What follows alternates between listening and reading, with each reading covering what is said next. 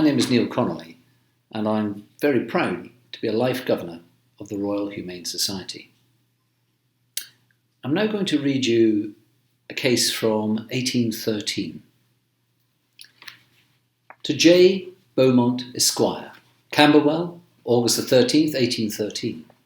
Sir, about 4 o'clock in the afternoon on Sunday, the 25th of July last, Mrs. Baker of Cottage Green, Camberwell, formerly called Dowlas Common, came almost breathless, begging me to go directly to her child, which was drowned. She was so hurried that I could draw no particulars from her until I came to the spot where I found the room crowded with people to excess. My first attention was to require them to withdraw, with the exception of those I could make useful. And then I learnt the following particulars. That while the mother was attending to some domestic concerns, she at once missed her child. He is 16 months old, but of remarkably fine growth, and was weaned off the breast but 3 days before. Asking of her neighbours for him, no one had seen him. She then thought surely he had stayed into the adjoining fields or common. She went to look for him, but to no purpose. She then returned to her house, before which is a small garden and an open well of about 4 feet deep, from which they drew water.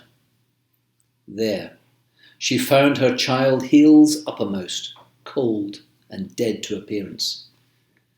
She gave him to, I believe, she knows not whom, and came for me. Unfortunately, in the intermediate time, the child had been suspended by the heels, and I found them rubbing with salt almost to excoriation. I looked to the eye. The pupil was very much dilated. The determination of blood to the head would no doubt be increased by the erroneous treatment. In the first instance, the body was so cold that I was desirous of the warm bath, but could not obtain water without great loss of time. I therefore first put the body into a dry blanket in a favourable position and continued friction with warm flannel, till 2 kettles of water could be procured. I then, in the most unremitting manner, had the body and extremities fermented, and in about 1/4 of an hour the first promising sensation of returning animation was a quivering of the lower lip. I now attempted, and did succeed in getting down a teaspoonful of warm brandy and water. Frequent attempts to inflate the lungs, the continued fermentation and friction, and no more frequently getting down the spirits and water, brought on arterial action, at first irregular, which gradually increased, though the child appeared to suffer great pain upon the return of the circulation.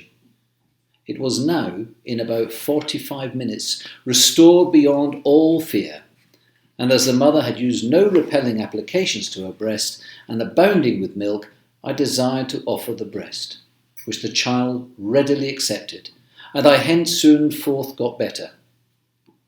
When I considered the untoward case of this child, having been, I should suppose, at least 10 or 15 minutes in the water, and the forbidding means first used for its recovery, I took my leave with great satisfaction, and sent a stimulating opening medicine, which had the desired effect. And the following morning, the mother, with great gratitude and thanks, brought the child for me to see, quite well. Yours, Tobias Brown, Camberwell. I have been a governor for several years now, and I do believe that the Royal Humane Society has retained its relevance throughout its full 250-year history, and I would commend it to any of you who would consider becoming a governor.